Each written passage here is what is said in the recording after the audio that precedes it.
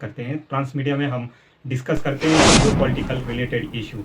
तो आज 21 अगस्त है और आज जितने भी आदिवासी संगठन हैं और जितने भी दलित संगठन हैं उन्होंने भारत बंद का आह्वान किया हुआ है, क्योंकि पिछले कुछ दिनों में माननीय सुप्रीम कोर्ट ने एक वर्डिक्ट दिया था, जिस वर्डिक्ट में बताया गया था कि जो SC ST को रिजर्वेशन दिया गया है उसको माइक्रो लेवल पर इम्प्लीमेंट करना चाहिए। ST ST में ही जो माइक्रो लेवल की छोटी छोटी जातियां हैं उनको इस रिजर्वेशन में और रिजर्वेशन दिया जाना चाहिए, ताकि माइक्रो लेवल की जितनी सारी जातियां हैं वो सारी भी डेवलप होके, वो सारी भी इम्प्रूव होके मेन धारा में आ सके। ये सुप्रीम कोर्ट के द्वारा एक सजेशन दिया गया था, लेकिन उस सजेशन के अगेंस्ट में शायद जितने भी आदिवासी संगठन हैं या जितने भी दलित संगठन हैं उनको वो जो सजेशन दिया गया है वो पसंद नहीं आया है और उसी के विरुद्ध उन्होंने भारत बंद का आह्वान किया हुआ है। तो आज भारत बंद है, आप जहाँ भी रहेंगे सेफ्टी बनाइए रखिए, खुद की भी और आपके आसपास के पड़ोस के लोगों के भी। तो आइए देखते हैं आज का इशू क्या है।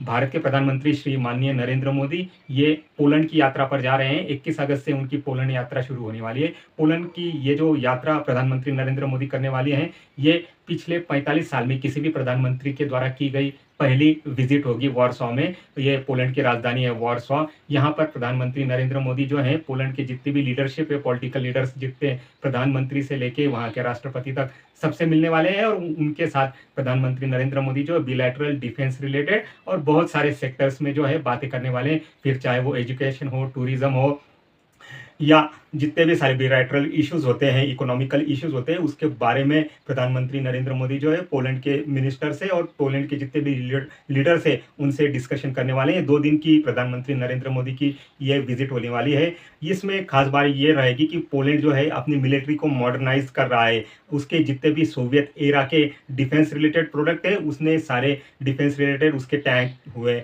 या उसके जितने भी मिग वर्जन के फाइटर प्लेन थे उसको उसने यूक्रेन को दे दिया है। वही हथियार जो है यूक्रेन जो है वो रशिया के विरुद्ध यूज कर रहा है। तो जो पोलैंड है वो उसकी मिलिट्री को मॉडर्नाइजेशन कर रहा है। उसने अपने जो सोवियत एरा के जो हथियार थे वो यूक्रेन को देने के बाद उनके पास जो एक प्रोडक्शन लाइन बचे हुए है और जितने भी हथियार के कल पुर्जे पार्ट्स बचे हुए हैं, इंडिया की वहाँ पर नज़र है। क्योंकि आपको पता ही होगा सोवियत एरिया के बहुत सारे डिफेंस रिलेटेड और बहुत सारे एम्यूनेशंस, जितने भी हथियार हैं इंडिया के 50% से भी ज़्यादा हथियार सोवियत एरा एज के हैं। तो इंडिया चाहता है कि ये जो डिफेंस के कलपुर्जे पोलैंड के पास बचे हुए हैं या पोलैंड कुछ मैन्युफैक्चर कर लेता है तो वो इंडिया को एक्सपोर्ट किया जाए, ताकि इंडिया की जो रशिया पर डिपेंडेंसी है, फिलहाल रशिया एक वॉर में उलझा हुआ है, वो थोड़ी कम किया जा सके। इसी के लिए प्रधानमंत्री नरेंद्र मोदी की ये जो पोलैंड वॉर्सॉ में विजिट होने वाली है वो भी एक तरीके से बहुत ही इंपॉर्टेंट देखी जा रही है। पोलैंड जो है वो नाटो का सदस्य देश है और नाटो में बहुत ही ज़्यादा बड़ा रोल, एक्टिव रोल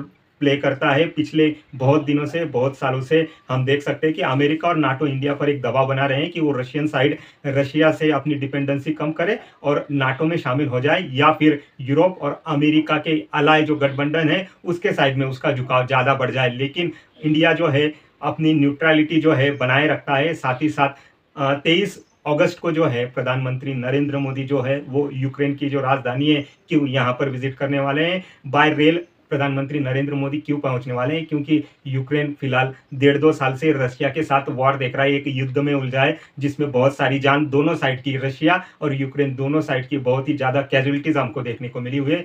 यूक्रेन ने अपना जो एयरोस्पेस है जहाँ से कोई भी फाइटर प्लेन या सिविल एरोप्लेन, हेलीकॉप्टर्स वगैरह उड़ान नहीं भर सकते, उसको उसने ब्लॉक करके रखा है। इसीलिए दुनिया के जितने भी लीडर्स क्यू में आते हैं, जेलेंस्की से मिलने आते हैं जो यूक्रेन के प्रधानमंत्री राष्ट्रपति हैं, उनसे मिलने के लिए उनको बाय ट्रेन ही आना पड़ता है। तो 10 घंटे का सफर रहने वाला है। नरेंद्र मोदी जो है वो यूक्रेन आने वाले हैं। इससे पहले पिछले महीने ही जुलाई में ही प्रधानमंत्री नरेंद्र मोदी का जो तीसरा कार्यकाल चालू होता है उसके बाद वो पहली फॉरेन विजिट को रशिया में मॉस्को में पहुंचते हैं, जहां पर व्लादिमीर पुतिन उनका स्वागत करते हुए दिखाई देते हैं और प्रधानमंत्री नरेंद्र मोदी व्लादिमीर पुतिन के घर जाते हैं। वहां पर उनकी अच्छी खासी मीटिंग चलती है और बहुत सारे अहम मुद्दों पर डिस्कशन होता है। S-400 मिसाइल डिफेंस सिस्टम से लेके फाइटर प्लेन तक और डिफेंस रिलेटेड जितने भी इक्विपमेंट, हथियार और कलपुर्जे हैं, इन सारे बातों पर वहां पर बातचीत की जाती है। अब वहीं पर जब प्रधानमंत्री नरेंद्र मोदी मॉस्को में होते हैं, रशिया के प्राइम मिनिस्टर से, प्रधानमंत्री से बात कर रहे होते हैं पुतिन से, तभी रशिया के द्वारा यूक्रेन के एक स्कूल पर, बच्चों के स्कूल पर मिसाइल से अटैक किया जाता है,